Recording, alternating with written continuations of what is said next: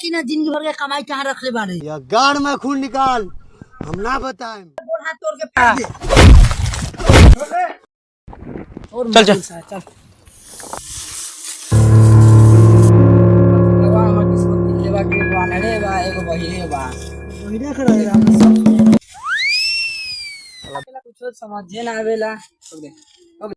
दोगला वाले का रे साला दोगला के बोले रे साला।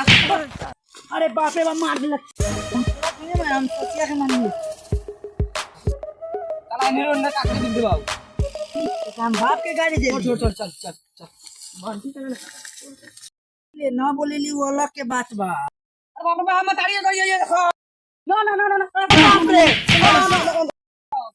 कौन मसाला मार लो खड़े सब फिर से गाड़ी देता खून हो जाए। अरे बाप रे बाप ओ बाप रे बाप चल मार दो इसको साला निरो ने काट के दे बाबू।